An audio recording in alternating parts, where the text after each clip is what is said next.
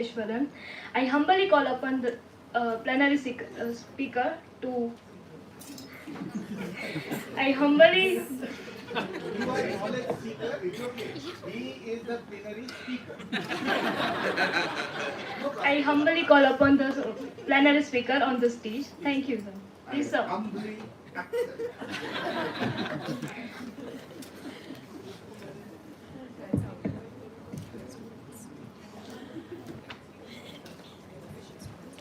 અત્યારે જ કરવાનું છે એટલે રહેવા દે ખાલી પછી ઓલું કરવાનું નથી આ session Thank you, sir. You are welcome. Sir's topic for this plenary talk is Nissim Ezekiel, then, now and tomorrow. Who knows? Before we go ahead with the proceeding, let me introduce the plenary speaker in brief. Sir was the professor and head of the Department of English and the Dean of the Faculty of Arts at Krantiguru Shyamji Krishna Verma Kutch University. He was Dart Visiting Professor at the University of Munster, Cologne, Bonn and the Dusseldorf. He is currently on the advisory board of Mumbai Munster Institute of Advanced Studies. He has served as senior research fellow there. He has been visiting professor at the Institute of Advanced Studies, Shimla, and also taught in a various universities, both in India and abroad. He was the founder director of Center for Advanced Studies in India. He has published books, critical and creative monograph, and also co-edited a series of books on the Indian diaspora. He has published widely in journals and anthologies in India and abroad and was a poet in residence at the University of Dusseldorf. I'd like to call upon the chairperson, Professor Sanjay Mukherjee, to felicitate the plenary speaker, Dr. Sridhar Rajeswaran, with a shawl to express our gratitude.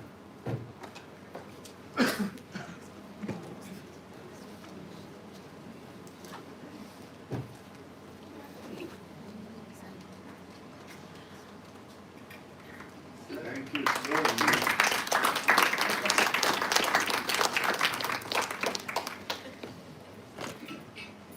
Now, I would request our plenary speaker to address.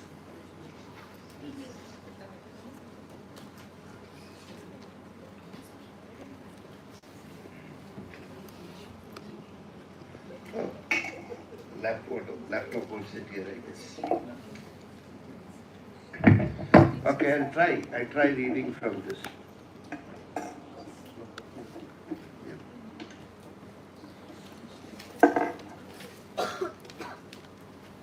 I hope I don't bore you people. બરાબર છે એ જરાક Very Mukherjee much. સરને લેવા Good lunch, and afterwards at 3 o'clock, the fag end of the day, you have to listen to somebody standing in front of you, going hammer and tongs, okay, baffling you not with his brilliance, but his bullshit, okay.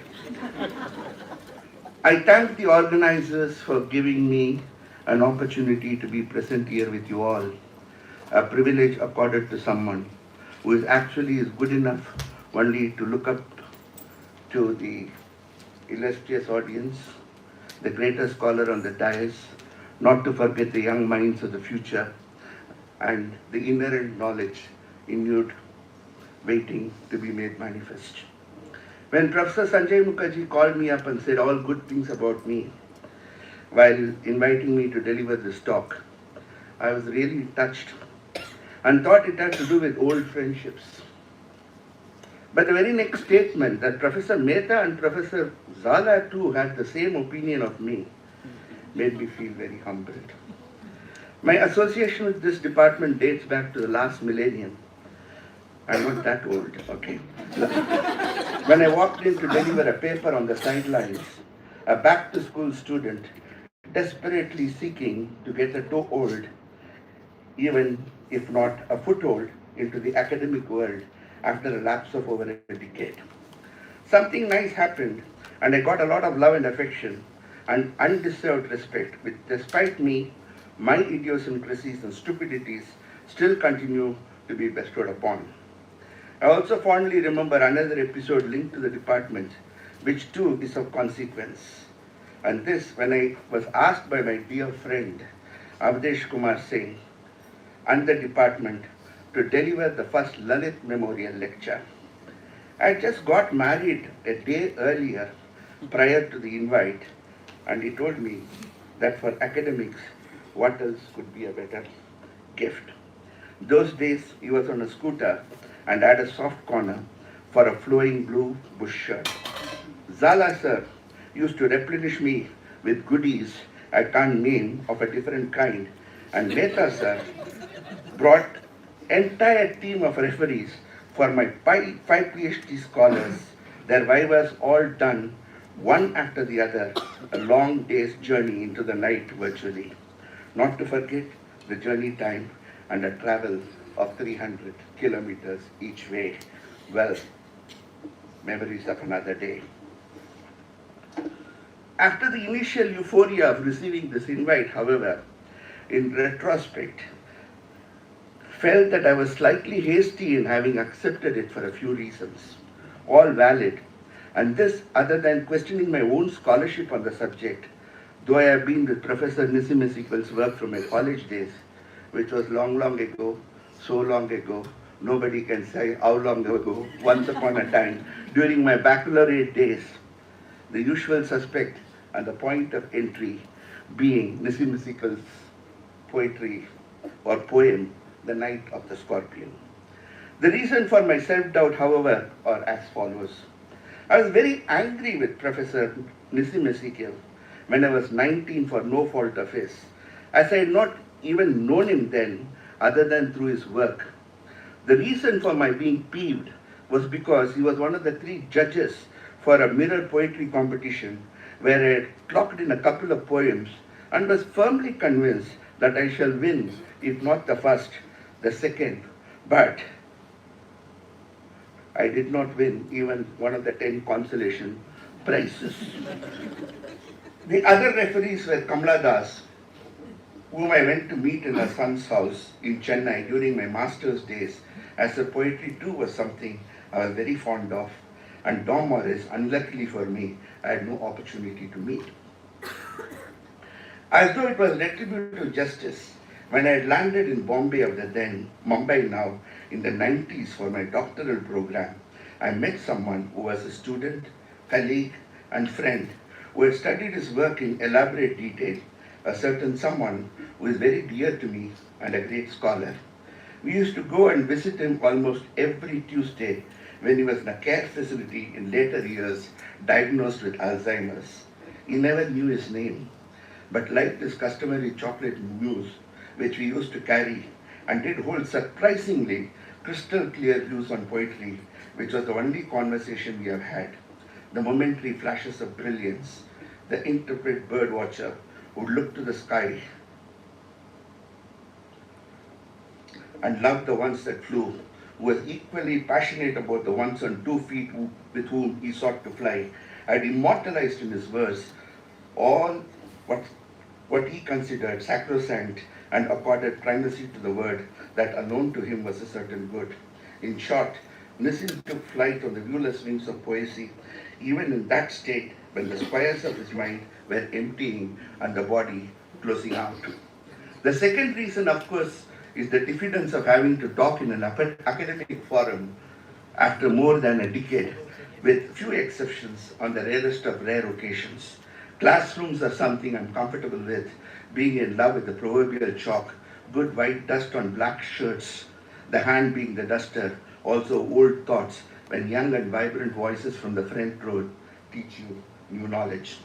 The third reason, of course, is having lived and read the work of that certain someone whom I had mentioned earlier, as a first reader on her work on Nissim, that if I were to enter the poetic world of Nissim, I needed to be extra cautious in using her words without acknowledgement, though I can never disentangle myself from the sensitivities and sensibilities shared on the poet with her for over 3 decades.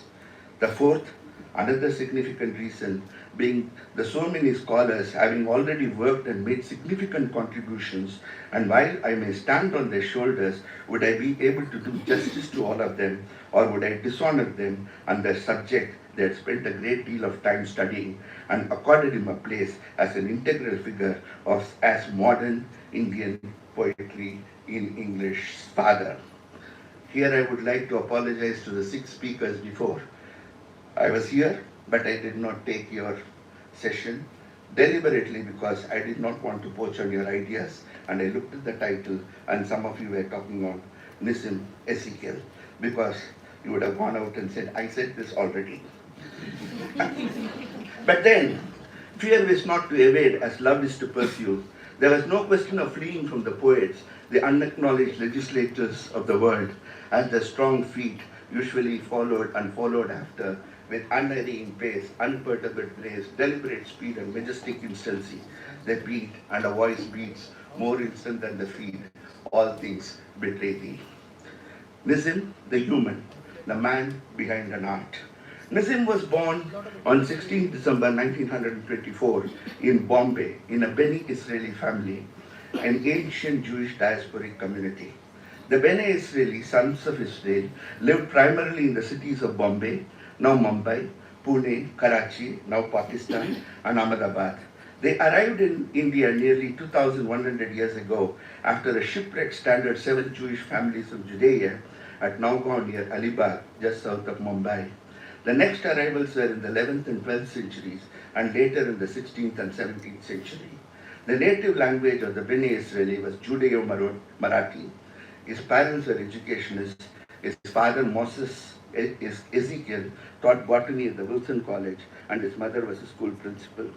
His schooling was in a Catholic school where he interacted with classmates from different religions. In his interview to Professor Barucha, which was carried in 1998, essays published in his honor, he felt no oppression because of his identity. He is emphatic about not suffering either at school or later because of being a Jew. He was, of course, a pious Bene Israeli, coming, as it were, from an Orthodox synagogue visiting family. In his visits, though, he also claims that his piety and belief did take a hit during his formative days, as a particular man used to come and whisper how religion was such nonsense. He adds he fell into his trap and regretted later.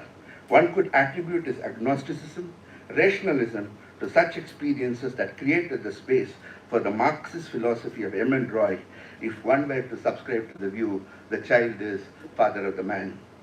At home on Friday nights, the prayers were said. My morals had declined. I heard yoga and Zen. Could I perhaps be a rabbi saint? The more I searched, the less I found. On the very issue of anti-Semitism, however, he adds that it was not there by and large, barring a few rare instances when a joke was carried beyond its humor or someone discussed the weaknesses of Judaism, but they too did not carry it very far. The reason he attributes this is due to intense Indian nationalism. Much as he attended a dread upon Gandhi and attended his meetings where Nehru too was present, he, barring Gandhi's faith in the idea of ethics and morals, was not a follower of his. His viewpoint on khadi and the wearing of it was also to him merely something that petered out. Yes, I did go to sometimes to Chaupati, where Gandhi used to have public meetings, but he did not speak much at these meetings. There were people who spoke about him, and then he would only make a brief statement. On Nehruvian philosophy, he felt that there wasn't that Gandhian feeling in him. Some of his views had Gandhiism in them, but the spirit was missing. He was also slightly peeved with Nehru, for he adds, Nehru had to relate to Gandhi, for there were millions who followed Gandhi. Without Gandhi, Nehru might have only a few hundred supporters. He was not someone who wrote politics in his body of work, but much later in his life, in 1976, a poem entitled The Patriot was published by him, which found a home in the Journal of South Asian Literature. I am standing for peace and non-violence. Why world is fighting, why all people of world are not following Mahatma Gandhi, I am not simply understanding. There are other things happening in this poem, and one sees the inimitable Nissim Ezekiel, satirical, wit, ingenuity, parody, and of course his Indian English. It's also a record of certain events of post-colonial India, because he goes on to talk about Indira Gandhi and also satirizes using the words friends, Romans, countrymen. The poem is self-explanatory and catches Quintessentially, that explanations are redundant. Ancient wisdom is 100% correct. I'll try to read in pidgin English or whatever it is. Ancient Indian wisdom is 100% correct. I should say even 200% correct. But modern generation is neglecting too much, going for fashion and foreign thing. Other day I'm reading newspaper, every day I'm reading Times of India to improve my English. How one Gunda fellow threw stone at Indra Ben. Must be student underst fellow, I'm thinking. Friends, Romans, countrymen, I'm saying to myself, lend me the years. Not lend me your years, lend me the years. Everything is coming. Regeneration, remuneration, contraception. Be patiently, brothers and sisters. You want one glass lassi? Very good for digestion. With very little salts. Lovely drink. Better than wine. Not that I'm ever tasting the wine. What a lie. I'm the total teetotaler. Completely total. But I say, wine is for drunkards only. What do you think are the prospects of world peace? Pakistan behaving like this, China behaving like that, it is making me really, and I am telling you really, most harassing me, all men and brothers, go. It goes on, goes on. As regards Semitism, he goes on to add that though the world of that time had a problem, it was not present in India and never felt that he was an outsider, a thought which he believed throughout his life. It was with this backdrop one should read his later-day poem appearing in the Hymns in Darkness collection of 1976, entitled Background Casually, a poem that's a memoir, a brief bio note, so reminiscent of what I send to conference people so that they can introduce me. Though written much later, his recollection is akin to Blake, with his having lived his song of experience, looking into the world of childhood to birth his songs of innocence. Nissim, of course, was fascinated by Blake, too, in his work. A boy of meager bone, he never learned to fly a kite. His borrowed top refused to spin. I went to Roman Catholic school, a mugging Jew among the wolves. They told me I had killed Christ. That year, I won the scripture prize. A Muslim sportsman boxed my ears. I grew in terror and strong. But undernourished Hindu lads, the prepositions always wrong. So again you have this Indian writing. Repelled me by passivity. The last three lines, but undernourished Hindu lads, their prepositions always wrong, repelled me by passivity. Here we see the source also for his Indian writing in English, here as an alternative mode of enunciating poetry, which is at once part of the canon as well as something with its own unique identity perhaps. The last line, repelled me by passivity, was anyway the subject and object of his poetic world. He lived purposes to this throughout his life, writing about them, locking horns with Maipal, being possessive of his India, its squalor and gutter water, and his quaint use of language. At home on Friday nights, the prayers were said, my morals had declared, I heard of yoga and Zen. Could I perhaps be a rabbi saint? The more I searched, the less I found. He maintained his Jewish identity, but was also secular. It was also a fact that the American Jewish Joint Distribution Committee had offered him a job and a salary of 3,000 rupees a month, but he did the work for charity and says, I was proud of what I'm doing. He studied English literature for his BA at Wilson College and did MA in English literature from the University of Mumbai. After completing his BA, he taught English literature as first tutor in Wilson College, finishing his MA a year later at the Khalsa College. After dabbling in radical politics for a while, he sailed to England in November 1948, where he studied philosophy at the Birkbeck College.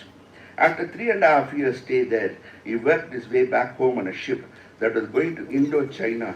Actually got dropped at Ceylon. The passage up to London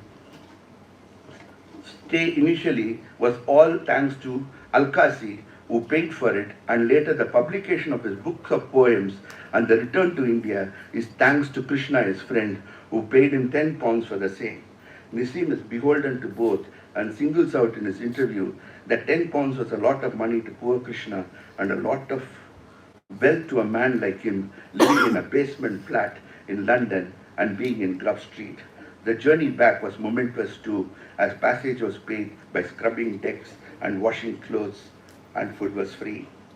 So, in an English cargo ship, taking French guns and mortar shells, to Indochina scrubbed the desk and learned to laugh at home. He married Daisy Jacome in 1952.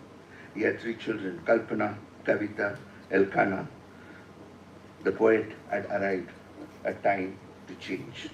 On his return, Nissim began his career as an advertising copywriter, then as manager of an art gallery, Chembur. He headed the English department of Mithila College. He joined the Department of English, Bombay as a reader, retired in 1985. Founded Quest in 1954, co-funded the Literary Monthly imprint in 1961, became art critic, the Times of India, 64-66, and edited poetry in India between 66-67. He edited the Indian Pen official organ film, All India Centre, Bombay, Theosophy Hall. Nissim also mentored many.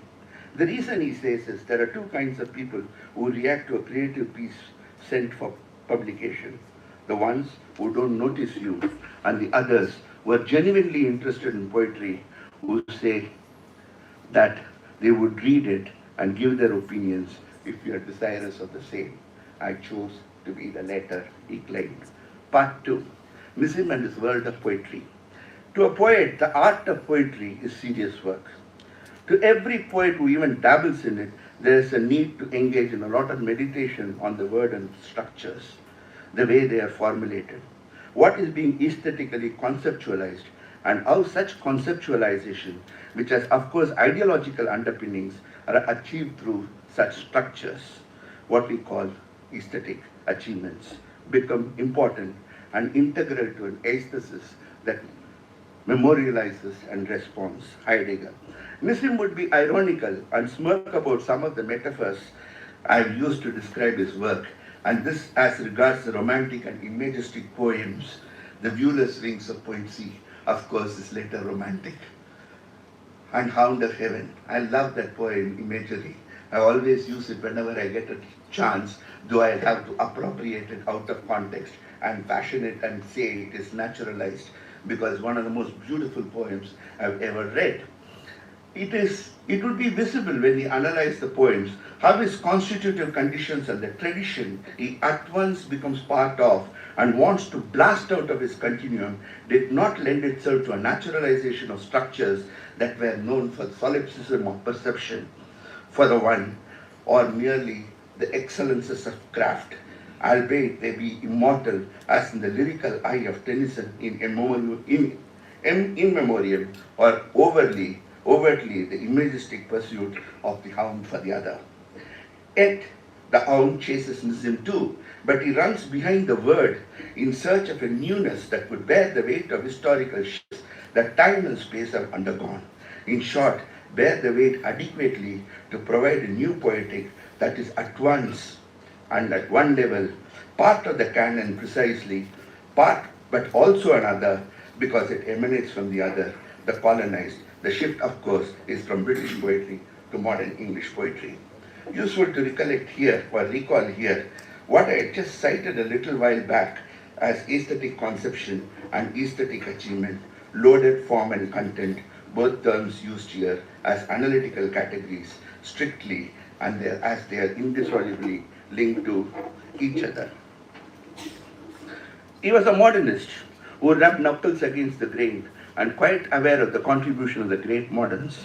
He was aware of the problems that confronted them, problems of history, the need for newer ways of looking at the world, and shifting worlds that needed a different kind of writing poetry. To elaborate a little, a split in romantic consciousness had occurred because the romantic poet, in his historical development, failed to maintain his organic link with the world outside of the poetic self. As a result, the votaries retired into an aestheticism or tried to survive in a world whose nature they did not successfully intuit or fully comprehend. Hence, they built their own notions, substituting illusions and ideas for the reality without, where palsy shakes a few sad last grey hairs, where youth grows pale, spectre thin and dies, where beauty cannot keep her lustrous eyes nor new love pineth them beyond tomorrow. or the beggar maid at a later point in time. Her arms across the breast she laid, she was more fair than the words could say. Barefooted came the beggar maid before the king copied away. In robe and crown, the king stepped down to meet and greet her on the way. It's no wonder, said the lords, she is more beautiful than the day. As shines the moon in the clouded skies, she in a poor attire was seen. King Coffee stepped down and declared, the beggar maid shall be my queen. I stood outside so many times, outside Angelina Jolie's house, actually outside Rani Mukherjee's house, outside so many people's house. Nobody hugged me and said, you shall be my king. Okay. So this is what we call creating an alternative paradigm for reality. Even as the Romantics possessed such powers for the imaginative faculty, empirical science was developing its counterclaims. It had not developed, however, in such a fashion as would force the poets to vindicate it or stand in opposition to it. Both these are seen to be present in Victorian verse 2. It was these warped forms of romanticism that the great moderns went out to correct. This was not a dismissal of tradition, but the creation of an individual talent within that tradition. Yet, though he looked back over the romantics and chose Blake, he was, after all, the last romantic.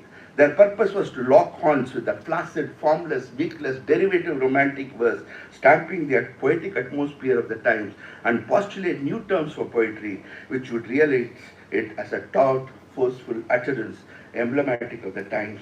Likewise did Nissim. In his case, though, his job was also to be the voice from the periphery, looking for a recognition from the center, instead of just being a marginalized voice. He had to have that structure to do this. He may be said to be the aesthete's version of the romantic credo, the poet in search of truth, a lone figure in search of truth.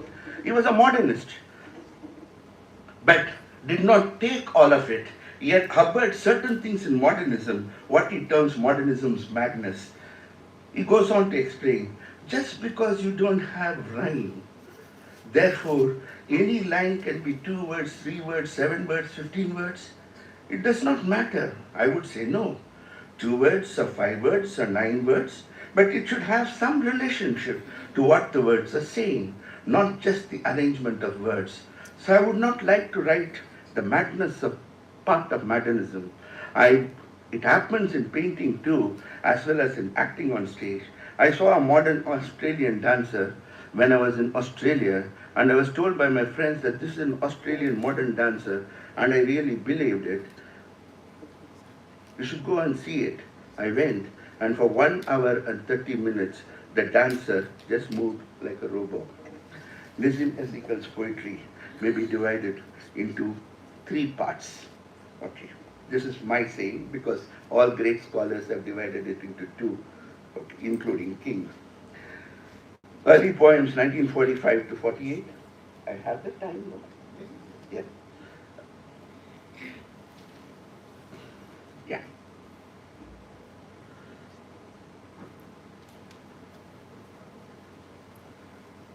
A Time to Change 1952. 60 poems 1953. The third 1958. For me, the Aristotelian middle would begin with The Unfinished Man 1965, followed by Exact Name 1965, and poems 1965 to 74, poems written in 1974. The end of the journey is marked by Hymns in Darkness, Later Day Swarms, and poems 1983 to 1988. I would randomly touch or deal with some of the poems, and at the outset, I would like to apologize as there are bound to be a lot of omissions and commissions, and I perhaps may be missed out on something which is somebody's favorite poem or integral to Nissim's opus. This, of course, is due to logistical reasons. I would like to single out 3 poems from Time to Change. These are On an African Mask, History, and Poetry. On an African Mask is so evocative of Yeats as a particular Yeats undertone. For after all, Nissim was much influenced by him too. Yeats in his Mother of God talks about the terror of terrors that she wore in her womb, that wrestled her soul, and the soul wrestles, caught between a primeval jungle, birthed art, that artifact, that what the mask stands for, which also means old knowledge, perhaps enshrined in such art that has still withstood the test of time, in a way permanent as the earth, as opposed to the plastic art of modern times. I think Naval Kishore Sharma should forgive me because he was pointing about overreading. Okay.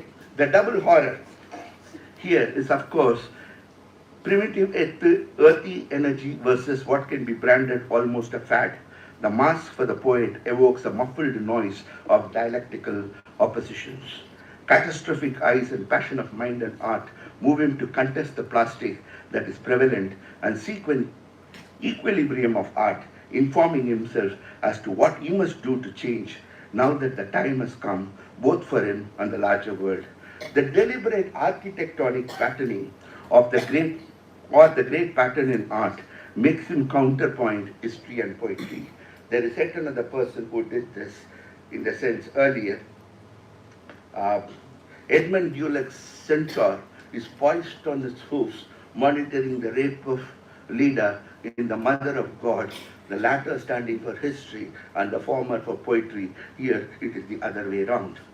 The former, a blind man, that is the history, a blind man standing with his crutches old and lame, lost, not knowing the symbolic value or not realizing anything, stands for the futility of history that perhaps teaches nothing. The narrative shift focuses onto the individual man, his acceptance and his need to continue living and not giving up, and also try to evolve a system by which he can contest the same, simultaneously help the blind man to move his crutches and see. The inference some may term overreading, but this is the one which I'm talking about because history has to see, otherwise it will be life of endless repeats. It has already repeated so many times as tragedies and farces. Whatever may be the onus is vested in the individual is to contest the historical times. This may be in the ambit of the poet, his poems and his poetry, his definition of poem and poetry, the distinction, be it said, be it the said, the unsaid is definitely an instruction to the poet himself at one level and to the other practitioners of this particular craft. A poem is an episode completed in an hour or two, but poetry is something more. It's the why, the how, the what, the flow from which a poem flows, in which the savage and the singular, the gentle, familiar are all dissolved. The residue is what you read as a poem. The rest flows and is poetry. Beautiful, gash gold vermilion, embers, if you are really able to connect them. The next poem I would like to focus upon, which I consider a logical link to these three poems, are Poet, Lover, Birdwatcher. To force the pace and never be still is not the way of those who study birds or women. The best poets wait for words. The hunt is not an exercise of will, but patient love relaxing on a hill.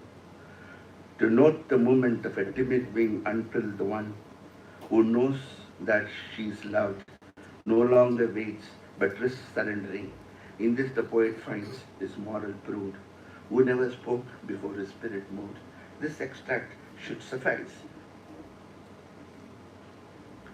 Thus, a casual look and scanning of the poems, meaning casting your eyes on it, shows a format of two stanzas of 11 and 10. The entitling showcases the fact that it's the poet who is accorded primacy. Poet, lover, birdwatcher. These three are interchangeable. They serve as sign, simile, metaphor, and symbol. In arithmetic, equal to, substitution, integration. Finally, where the one suffices for the other, all fusing into the poet and his art of making poetry. One sees that in its togetherness, they are art, self, and craft, a mix of the personal and the creative process, that they are indissolubly linked to each other. We can also read it as the bird watcher lover and lover of poetry. The best poets wait for this, to note the movement of a timid wing until the one who knows that she is loved no longer waits but risks surrendering, and in this the poet finds his moral truth. there is definitely a modernist poem undertone in this, or at least is evocative of the great moderns. Hopkins uses the kestrel, Windover. I caught this morning's minion, Kingdom of Daylight's Dauphin, dappled on broad falcon in his writing. Hates the falcon cannot hear the falconer.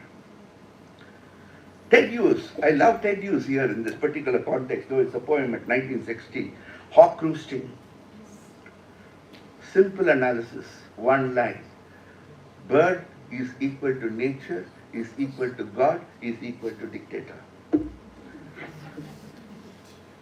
Nissim, it's a bird watcher. Features in 1965 the middle poems. This is also the segment of The Night of the Scorpion, which, as I had pointed out earlier, was my very first entry into Nissim's world.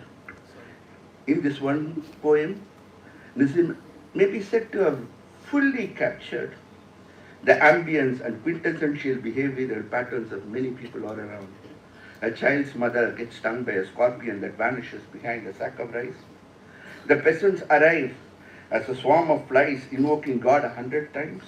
A common and superstitious beliefs which also impel all to find the scorpion, which had to be found and done away with, as every movement that the scorpion made is poison would remain in the mother's blood.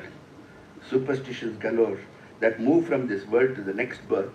Theories of karma on one side, with the father, a rationalist, trying all kinds of things on the other.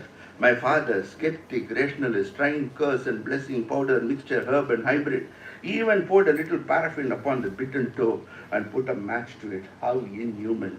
Amidst all the incantation and faith, the one truth is the selflessness of the mother. She too thinks of God, but to thank Him. But for what? For not biting her children. My mother only said, "Thank God the scorpion picked on me and spared my children." The only sane and sensitive response is hers, who bears it with grit and determination. Some of these lines are vintage Nissim, of diabolic tale in the dark room, of evil that creates figments of untold fears, throwing giant scorpion shadows on the mud-baked walls, as opposed ironically to a non-visible God who takes 24 hours to heal, 24 full hours. The next poem I would like to consider is Goodbye Party for Miss Pushpa, which occurs in Into Darkness, 1976. What is fascinating yet again is with satirical humor, the narrative is anecdotal, almost a monologue, truncated, very evident. The speaker is not concerned with the protagonist at all, not concerned with the protagonist leaving at all. In short, through the narrator says, all will miss her, it's a pose, as he could not care less by her presence or absence. The highlight, of course, is the style and register, for which he has been accused by many for mocking the larger populace for their structural errors in the use of English language. There are also a few lines which almost border on character assassination, which cannot be forgiven. You are all knowing, friends, what sweetness is Miss Pushpa. I don't mean only external sweetness, but internal sweetness. What nonsense. Miss Pushpa is smiling and smiling even for no reason, but simply because she's feeling. Coming back to Miss Pushpa, she is most popular lady with men, also ladies. Whenever I asked her to do just only now. Good spirit. I am always appreciating good spirit. Pushpa is never saying no. Point is, beat poetry does work on some of these things. Ferlinghetti, for instance, writes a fantastic poem on the underwear. Okay, so it is to some extent the 1965s and Allen Ginsberg.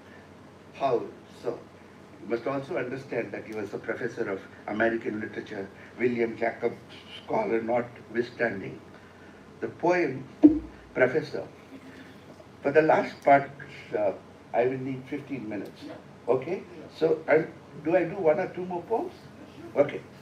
The poem Professor reminded me imaginatively of myself, lost, forgotten, though not with reference to the events and life recorded of this particular professor at all. I don't actually. Remember me? I'm Professor Sheth. Once I taught you geography. I'm retired. Unfortunately, a stepney in a car can be retired. You cannot. He is alone and of poor health, aged but refuses to acknowledge. Though my health is good, only this price of old age, but my health is okay. Usual aches and pains. My wife died some time back. His children apparently have all arrived, but unfortunately, one could infer, though he made them what they are, they do not much care for the old man anymore. Visit please my humble residence also. I am living just on the opposite house backside. Obviously, while children are prosperous, his finances are suspect, most likely a poor professor. After all, custodians of knowledge and professors of literature who are thinking minds in a world of wealth and power are just anonymous, unknown citizens. By deflection, one can read certain elements in this as autobiographical of him. 2 poems, one from Hymns in Darkness, 1976, Island and Urban, are the poems I'm considering to locate him as an urban poet from Bombay. The squalid picture of a teeming megacity, yet to become metropole, 7 islands made into a city. City whose skyscrapers exist side by side along with flowers that are slums. Here the unfinished man tries to find his way and attempts to grow his mind. Amidst the noise and din of distorted echoes, he is in quest for his own ambiguous voice, dragons claiming to be human. Even as the gentle breeze flows across the mind, his sleep is a sleep of ignorance, he laments. The quest is also to seek salvation amidst his mist. He never wants to leave it. Though, as there is not merely because there is nowhere else to go, but it is his place, his route, his anchor. I cannot leave the island. I was born here. A realization that provides him succor, and as a good native taking calm and clamor in his stride. A thought that is actually a continuation of the poem Urban from Hymns of Darkness earlier. The city like a passion burns his dreams of morning walks alone and floating on a wave of sand, but still his mind, its traffic turns away from beach and tree and stone to kindred clamor close at hand. The last facet of which I need to cover would be the love poems or the love sonnets.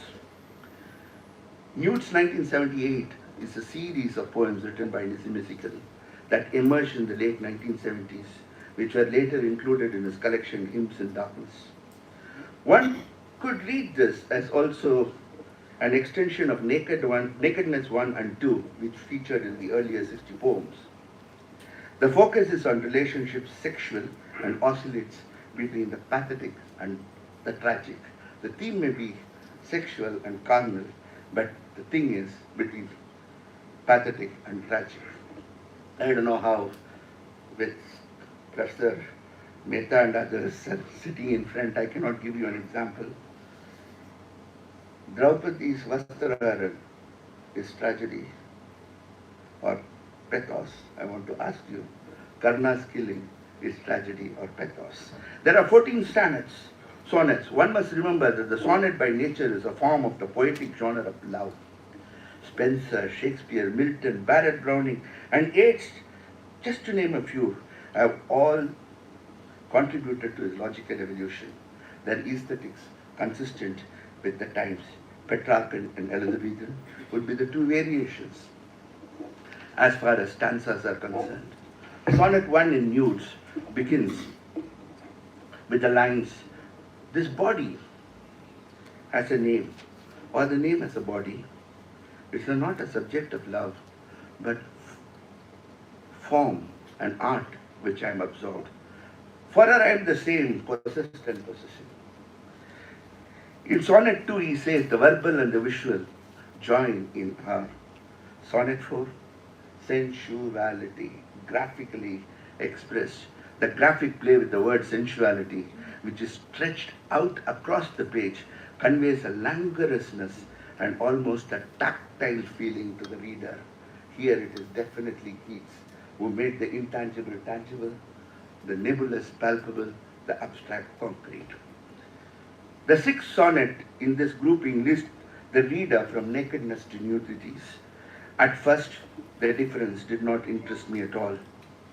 The pathos moved me. I touched her feet in worship. Blah, blah, blah. In sonnet 11, it is mechanical sex.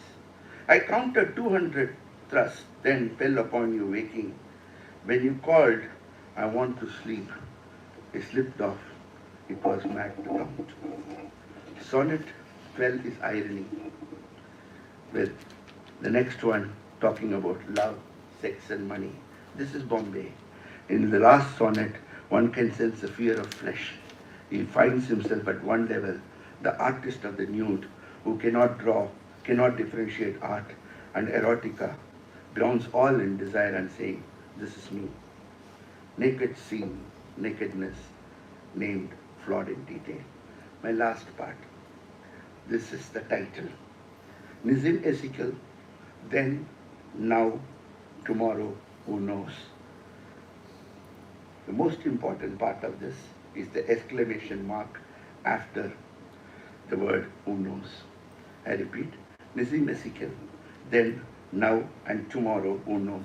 I entitled this talk Nissim Ezekiel, then, now, and tomorrow, who knows, considering it being a reappraisal of a great poet, known generally as the architect of the modern Indian English verse. It's over a century after his birth, 102 to be precise, and ironically a new millennium. The irony, however, is one wonders if the clock has stopped or have we moved backwards in time, and casting sorrowful glances at the past so that our movement forward to history to learn avoid the tragedies of the past has not been so. Either that or history seems to have repeated itself as farce, as it has done earlier one too many times, but now is at it perversely again. The journey of the human race these 100 years has not been, one could with impunity say, enabling, as we have failed to understand from the lessons of historical blunders, injustices, stupidities of the past. Riot-torn, strife-torn wastelands that were the product of an earlier revolution and world wars is being recreated again presently. Bombing for fun, says one, but the tone is rhetoric, is similar to others, masquerading as leaders, acting as saviors of souls for self-preservation. At the turn of the last century, land ceded itself to capital as currency. It seems to have gone crypto and also seems to be returning only in new avatars as land for my people, land for greed, land for converting, land for oil, land for minerals, so as to possess uranium, all under the moralistic spell of the goodness of the world being taken into considerations. Victims have become victimizers, and the newly victimized too had and continue to feed into the spell and consequent retaliation through actions that creates a deep sense of insecurity, so that the signature tune is the best form of defense is offense. Lost amidst all this is basic humanness. We have truncated souls and there is no prosthetic for it. We have not learned from Mother Earth too and created ecological imbalances, terminal viruses, ignoble creations, SARS-1 to SARS-2, influenza, COVID, Ebolas and AIDS. Little do we realize civilizations are ephemeral, transient, jetted by the permanent earth, but today we are on the brink of an annihilating our modern worlds alone by the fundamental life-giving very third rock from the sun, a blue planet, a gift to life as we know it. The players, a bunch of juvenile delinquents, malicious enough to hold humanity to ransom, but the wherewithal to annihilate, all put together in a room full of firecrackers of considerable magnitude and bestowed upon with a matchbox with a specific instruction not to strike it, and their insane curiosity says, what if? This accounts for the exclamation mark that bookends my title on one side, the part tomorrow who knows. There's yet another reason behind this exclamation mark. In a world where intelligence is artificial, I would like to take comfort and solace in my own stupidities. Coming as it were from humanities, I would not know what purposes artificial intelligence serves me. Let me elaborate this contentious statement. As world over, the story is you cannot stop progress. We will reach Mars faster. We will colonize planets due to population explosion. We need new spaces to stay, new spaces that will give us raw materials, advancements in the area of medicine, increased longevity, better child care and the like. True as it may be, drugs are controlled by pharmaceuticals, research is owned by multinational capital, cyberspace controls currency, the rich keep getting richer. We have only managed to create, not eradicate poverty, but become adept in creating new ways by which we produce hunger and starvation. An arthritic drug infusion my cousin takes costs him every month $10,000. I was sharing something. Particular doctors charge for a beating heart surgery 40 lakhs as their consultation fees. I would like to make clear my lament is not against science, but technology, the hygiene of it. One must remember Einstein died perhaps a broken man when Oppenheimer's efforts created little boys and fat men that destroyed Hiroshima and Nagasaki. I bemoan the fact of great scientific discoveries resulting in weapons of mass destruction and technological accomplishments controlled by the rich and the powerful. Big Brother, now watching, is the corporate world, with the net and its network storing the innermost details of one's thoughts and actions. Moving into the terrain of culture specifically, its institution of art and literature, which is more consequential in this context, let's take a casual view from our vantage point. Well, data and information are tools to acquiring knowledge, which falls in the realm of consciousness, of which intelligence, gumption, general sense, the common sense that is not all that common, imagination, contemplation, and meditation are all part. I would not believe artificial intelligence has gained such a consciousness. If it were able to acquire it, then there is no need for Nissim, Shakespeare, Spencer, anybody else. For it shall know it all, and we can bow down, genuflect, and treat the machines as the new gods and pray, beg, implore to treat us humans a shade better, or shall I say, more humanely, more machinely, as it be the dawn of the super race of machines and the human an inferior, stunted, evolutionary animal. What a brave new world. This brings me back to the other two categories, then and now. I treat the timelines as thus. The then would refer to almost all of Nissim's poem, and now to the times after his murmuring breath bridge time and eternity, for the times we are living in now.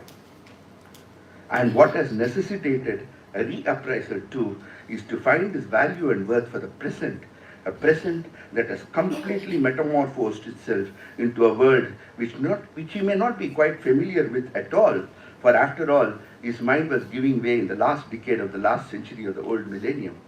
Today is the world of Gen Z, whatever it is. This brave new world has no telegrams, no Intel chips, no mobile phones, no public internet, though it was available as early as 1968, 1986. This is what Nissim would say. He would perhaps be lost. Political formations and ideologies have also been reformulated. And of course, this is of no consequence to me or Nissim, because his poetic word was least considered with it. Okay. And it's not a binding chord in his work. Having said this though, the canon and the canonical studies he was familiar with as professor in his curricula may have said to have undergone drastic changes and shifts in perspectives. His American literature has given way to black Afro-American literature, rememory narratives. The world of British and American canon has been rewritten after the empire struck back. His experiments with language, ad-libbing, pidgin English has now found parlance as verbal gymnastics, hijacked by the new world of WhatsApps, Twitter, and the like. How much of his experiments as a poet in this language structures is of value to the new ones one wonders. His value, of course, is for persons in this audience who are few but select as Arnold would say. It's the fact that humanities is a dirty word as far as funding goes the world over.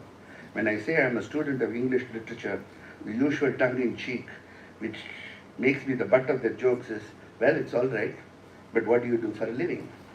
If I say I write poems and practice the art of poetry, they say, does it pay?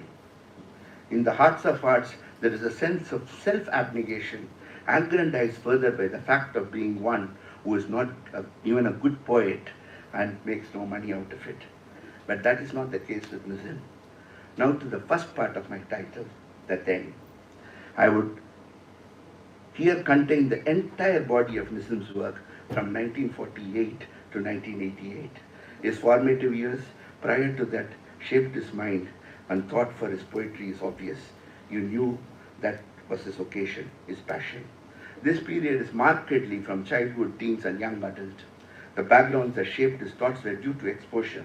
His Judeo-Christian, rational Gandhian sensibilities to some extent gave him an ethical moral code. His skepticism, which was a brief flirtation with agnosticism and Marxism of M. N. Roy's vision of India, all would take a back seat, and tempered by a spiritual quest, engage itself in deep contemplative meditative thought, which was also tempered by Zen and tongue-in-cheek, also drugs at a later date. His excessive obsession with the carnal and his disgust would also feed into this, though through a different kind of realization. For a very long time, though, he remains a lover, birdwatcher, poet, that continues to give him metaphors for his words, for his poetry, and the strain continued like it did, like some of his forebears. One I can sort, yet what else do I have to spur me into song? Myself I must remake. All this too contributed to result in a deep meditative strain with a psalm-like quality at a later point in times. All things bright and beautiful, all creatures great and small, all things wise and wonderful. It goes on. Nissim's poems of 1945 to 48 are not false beginnings. Thus, but his arrival as a poet would be in sync actually in A Time to Change, published in 1952. There are what one may call poems of interiority. A quick return from England, marriage, disillusionment, incompatibility, and a feeling of being stranded in domesticity, at once relishing it as well as carping about it. This wins for him the ignominy of being branded a poet who was patriarchal, had written the female body, and treated women with disrespect. This shift occurs in what I term the mid-poems, when he moves from interiority to public spaces, spaces of the external larger world. Sangam literature would define this classification as Agam and Puram poems, and I'm using terms borrowed from the classical texts Agananuru and Purananuru.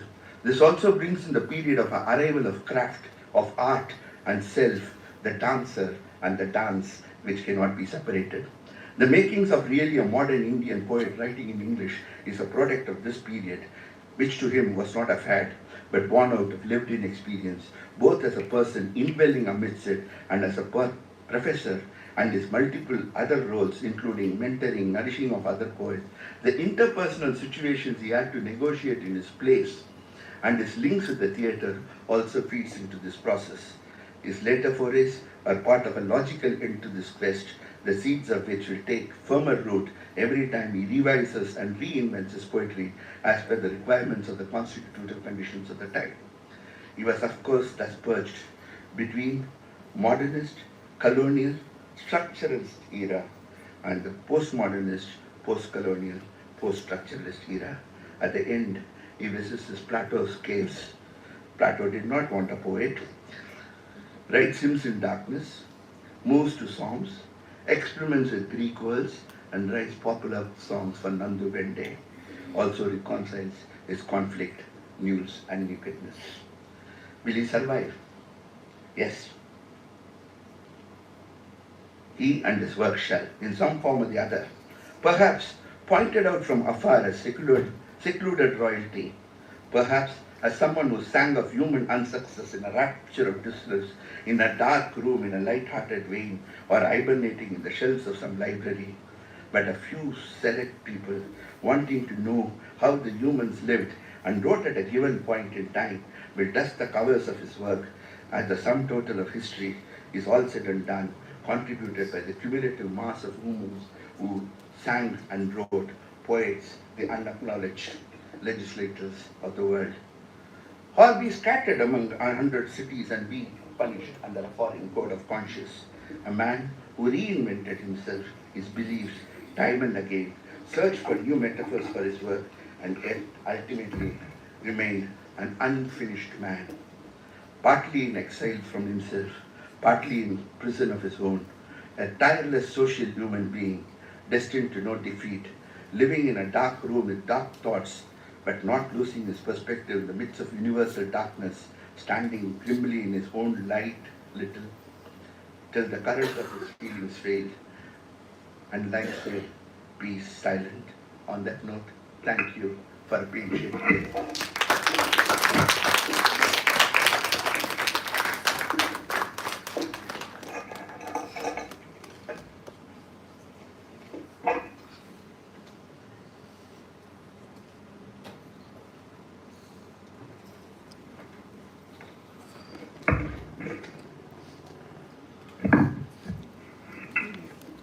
Was it okay for you, sir? I have no words to say. Thank you. Excellent. Wonderful. हमने थोड़ा accent कर लिया ऊपर Where is my friend? Any overreading?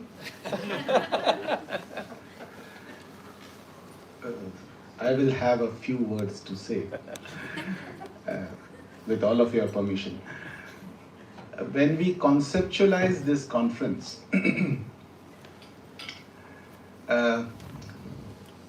we conceptualized it, and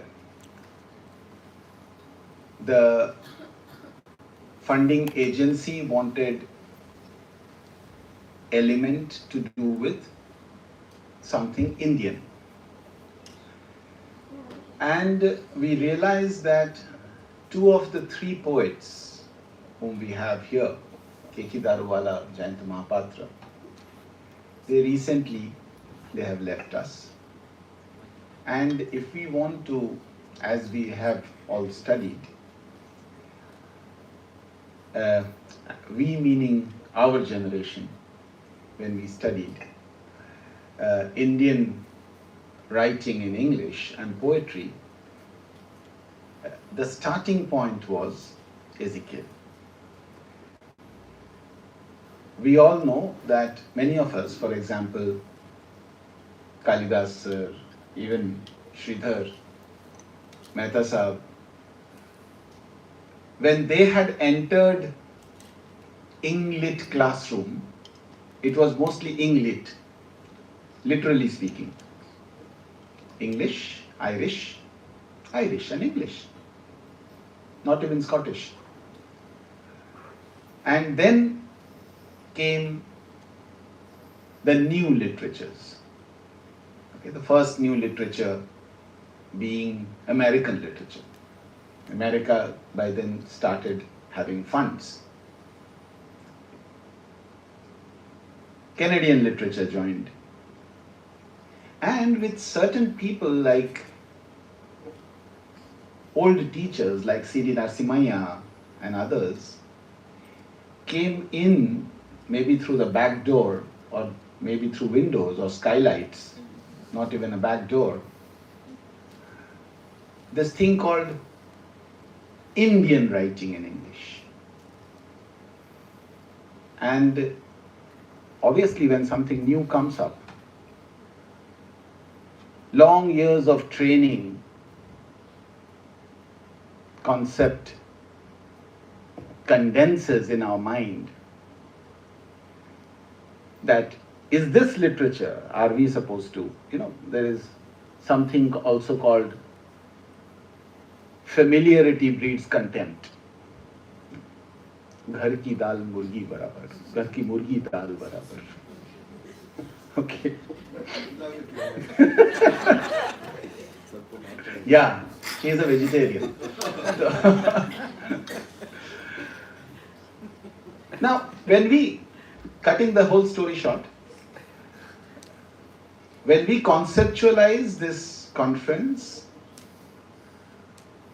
Professor Mehta, Professor Zala, I, Henna, Viral, Dhwani, all of us were sitting like we sit, many of you have peeped in and seen, having tea. To kya kare? Then we said, okay, let us have a kind of a reappraisal of these three poets. And then we started looking for pivotal speakers, important speakers. And as regards Nissim Ezekiel, we had no doubt. The doubt was, number one, whether Sridhar is in India or is he in Germany? Because we wanted not online, but very fine presence here. Okay. That was the only question. If he is here, within the heart of our hearts, we knew that he would agree to come. Because 27 plus years of friendship, knowing each other, running back into the previous century, when all of us were young and you did not exist. Okay. Similarly, for Jayant Mahapatra, we were sure that if Sir is not held up, he came not from his place Sambalpur but from Delhi. So if he is otherwise not occupied, because again remember, we did not have much of a time before we came to know, yes, the grants are there so we can call people and organize this. And today, that yesterday and today, when we are really seeing the fruition of our conceptualization. So again, Sir readily agreed. The third speaker is the furthest from us, but in the sense that he has come here, but he could not come because he is slightly elder to even Professor Kalidas ji, and he fell ill. So that nobody, like once Sridhar was saying, he went to Germany for a talk. In the previous evening, he realized that he cannot stand straight. He took 3 painkillers or whatever and literally had to hobble to the mic and it was a great effort to stand and speak. So those things, nobody has any control. Now the point is, Sir, how many years did you take for your PhD on W.B. Yeats? 11 years. Yeah. I could have cut short by 2, but I was misled. More than a decade. Okay. And you guys, 11 महीने भी नहीं होते और उछलने लगते हो. And you think you are pocket dynamos because in your pocket you have the mobile, which is you think is a dynamo. I have the authority to speak from here about you guys. You have a problem with that, you prove me wrong in another conference where you are standing here and I shall acknowledge you. Okay. Sridhar must have asked me half a dozen times, how should he pitch the talk? How much time would he have? Sometimes I felt I mean, what? He could have come and he could have said, "Hey, ये कहाँ है, वो नहीं है, PPT चालू करो. I have a talk." Right from the earliest days we know him, he is to us a friend, a scholar who is so approachable, who has no airs. Twice a year he goes to Germany. That is what I started by saying, that is he in India or is he in Germany? So that we can have him here.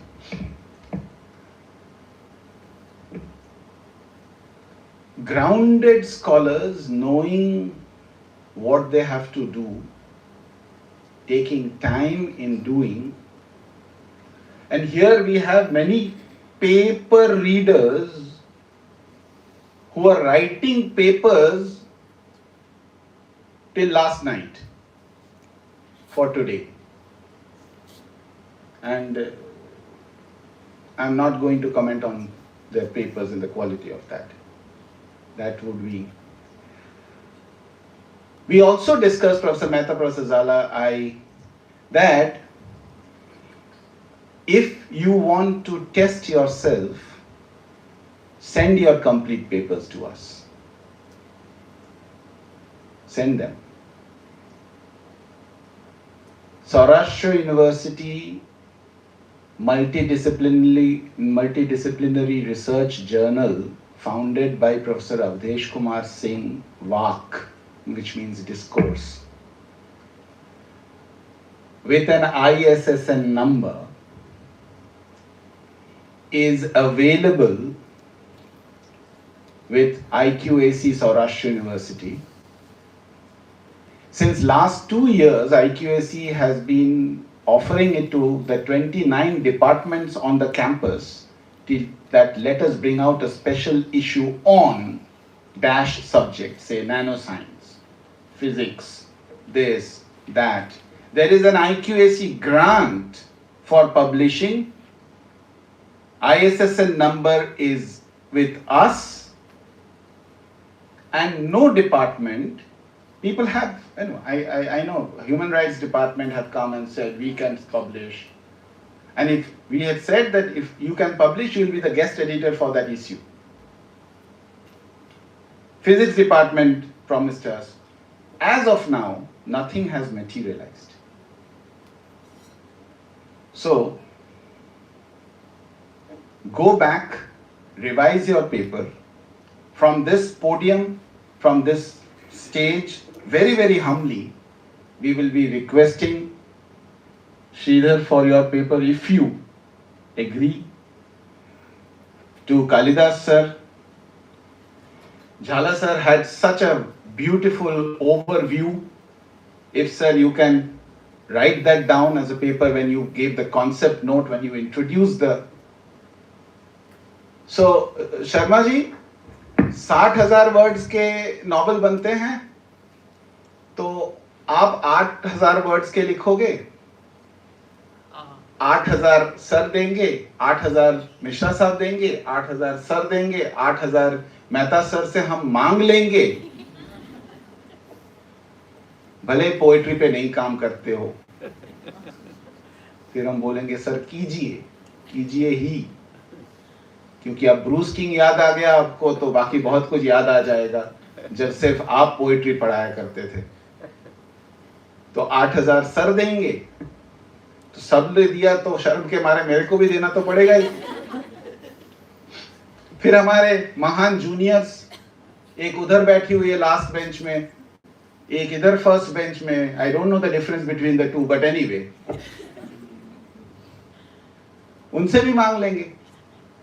And rigorously we will. Goa वाली madam अगर कृपा दृष्टि दिखाई तो गुजरात वालों को paper देंगे या नहीं. What I'm trying to say is, look at the rigor, the preparation with which such plenary speakers come. And we have always known, especially with Sridhar, when he starts speaking on poetry, there is an entire tradition he recollects. There are genres he recollects. As I already have revealed that his own PhD is on Yeats. There were Yeatsian, Audenesque, Eliotesque echoes in his talk. Hopkins came in. Blake came in.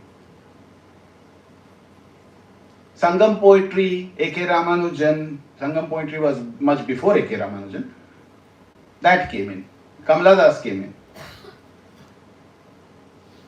So here is somebody like Professor Singh used to say that if you get to meet a scholar, that is knowledge. उन्हें देखना भी ज्ञान अर्जन करने जैसा है.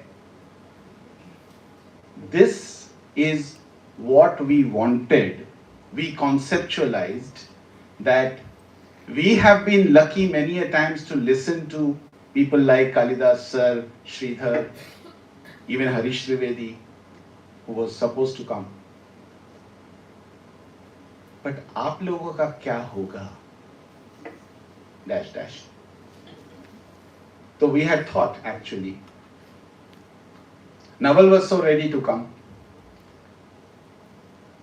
So we had thought that hopefully you will get to understand good scholarship, thorough scholarship, rigor, range, and preparation.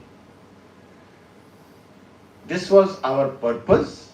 I think to a great extent you will at least agree that we have been discussing and sharing since last evening, last day, since we began, that there are not many people. Actually, we don't need many people. We need interested people, we need focused people, and then any event is successful. All of us, we have to turn this into a success. The evidence of success can be a work that can come out, which will be the evidence of a reappraisal. From this site, Department of English and Comparative Literary Studies, Saurashtra University, Rajkot, in the year 2026. From this site, which will be something we will 5 years down the line cherish.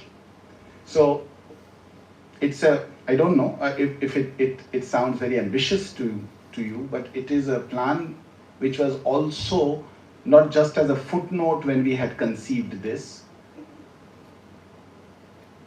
As Mehta sir said, that we don't have words to thank. But thank you is also not a light word. It is not a ritualistic word. So we really deeply appreciate, sir, that you took time, you came, and you were, after so many years, it felt just like old times. You are here. Hopefully we will call you again for Yeats. We will call you for, and through Yeats, the moderns of English literature. Hopefully we will listen from you on that. Hopefully we will listen from Kalidas sir about American writing, American literature. He's a Fulbright fellow. And we were just coaxing Naval Kishore ji to keep coming here. He's a shy person. And then we will have him also. And if you decide, we will have all of us. Thank you very much, Sridhar, for that brilliant, illuminating talk. Where is the mic? Oh, please.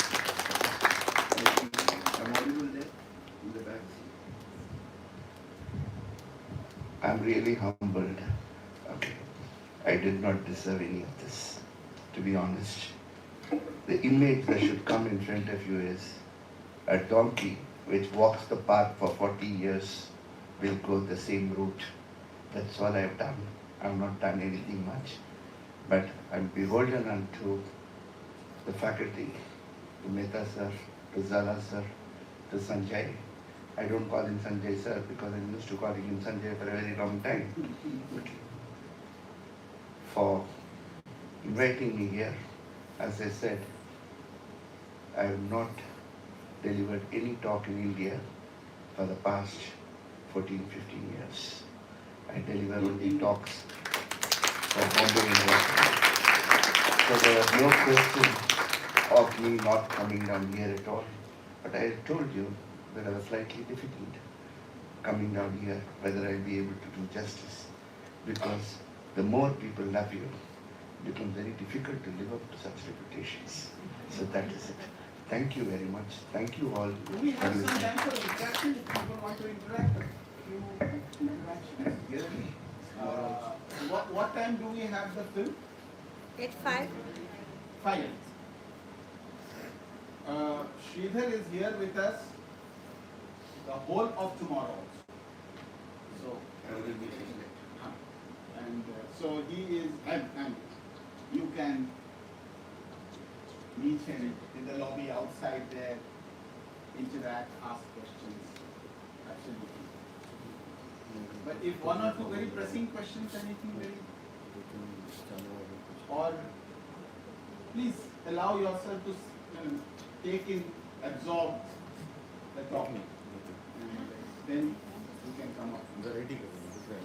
Thank you very much. Thank you once again.